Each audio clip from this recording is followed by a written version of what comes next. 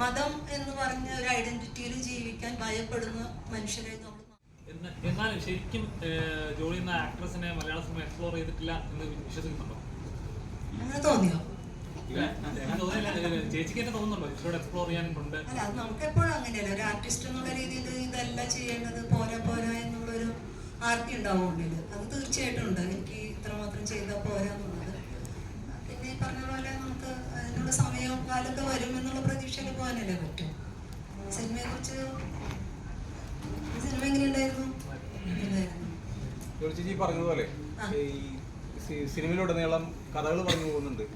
ഗവൺമെന്റിന്റെ ഇപ്പൊ നമുക്ക് സ്റ്റെക്കായി പോകുന്ന ഒരു നിമിഷം എന്ന് പറയുന്നത് കളക്ടറിന്റെ അവിടം വരെ എത്തിയിട്ട് സ്റ്റെക്കായി പോകുന്നത് കളക്ടർ തന്നെ ഒരു മതത്തിന്റെ അടിസ്ഥാനത്തിലാണ്.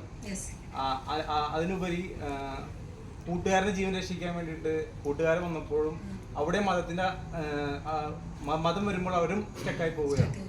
അപ്പോൾ വേറൊരു മതത്തിൽപ്പെട്ടൊരു വ്യക്തി മറ്റു മതസ്ഥരോട് ഇതിനെപ്പറ്റി സംസാരിക്കുന്നത് സൊസൈറ്റീനെ ബാധിക്കുന്നില്ലേ?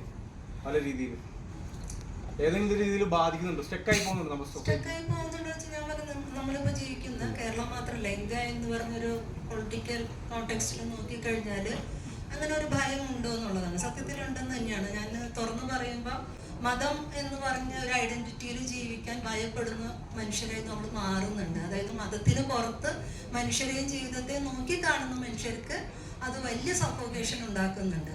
അപ്പൊ ഞാൻ ആസ് എ പ്രേക്ഷക, ഈ സിനിമയുടെ അഭിനേതാവ് എന്നുള്ള രീതിയിലല്ല, ഞാനൊരു വ്യൂവറായിട്ടിരുന്ന് കാണുമ്പോൾ എനിക്ക് അതിനകത്ത് തോന്നിയൊരു സന്തോഷം എന്താണെന്ന് വെച്ചാൽ, നമ്മൾ മനുഷ്യൻ എന്ന് പറഞ്ഞ ഒരു ജീവി എവിടെയും ഒരു വിശ്വാസത്തിന്റെ പുറത്തോ പ്രത്യയശാസ്ത്രത്തിന്റെ പുറത്തോ എവിടെയും കുടുങ്ങിക്കെടുക്കാൻ പാടില്ല. അതിന് സിസ്റ്റം എങ്ങനെയാണ് സപ്പോർട്ട് ചെയ്യേണ്ടത്? സിസ്റ്റം സപ്പോർട്ട് ചെയ്തില്ലെങ്കിൽ വ്യക്തിയുടെ ധാർമ്മികത എങ്ങനെ ഉയർന്നു പ്രവർത്തിക്കണം? അതിന്റെ ഒരു ഉദാഹരണമാണ് ആ പോലീസ് ഉദ്യോഗസ്ഥൻ.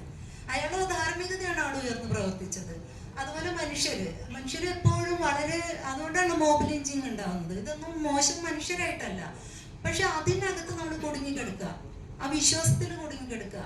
അപ്പോൾ ഞാൻ പറഞ്ഞാൽ നമ്മൾ കുറച്ച് പുറകോട്ട് പോകണമെങ്കിൽ സദ്യ അനുഷ്ഠിക്കുമ്പോൾ ഈ അച്ഛനോ ആങ്ങളേക്കോ കുടുംബക്കാർക്കോ നമ്മളോട് ഇഷ്ടമല്ലാഞ്ഞിട്ടല്ല, വിശ്വാസമാണ് അവരെ കൊണ്ട് അത് ചെയ്യിക്കുന്നത് അല്ലേ.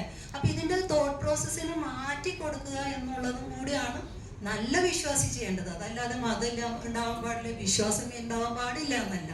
മറിച്ച് ഇത് എങ്ങനെയാണ് പ്രോഗ്രസീവായിട്ട് ഒരു സമൂഹത്തിന് കുറച്ചുകൂടി മനുഷ്യത്വപരമായിട്ട് മുന്നോട്ട് കൊണ്ടുപോകാൻ എന്തൊക്കെ എലമെന്റ് വേണമെന്നുള്ളത്. അപ്പൊ അങ്ങനെ നോക്കുമ്പോൾ എനിക്ക് തോന്നി ഈ സിനിമ അങ്ങനെ കുറേ കാഴ്ചകളുണ്ട് സട്ടിലായിട്ട് പറഞ്ഞു വെക്കുന്നുണ്ട്, ലൗഡല്ല. അതെനിക്ക് തോന്നുന്നു നമുക്കത് ഒരു വായനയും കൂടെ പോയി കഴിഞ്ഞാൽ അങ്ങനത്തെ ഒരുപാട് എലമെന്റ്സ് മനുഷ്യരിലൂടെ തന്നെ പറയാൻ ശ്രമിച്ചിട്ടുണ്ട്. സൗഹൃദങ്ങളുണ്ട്.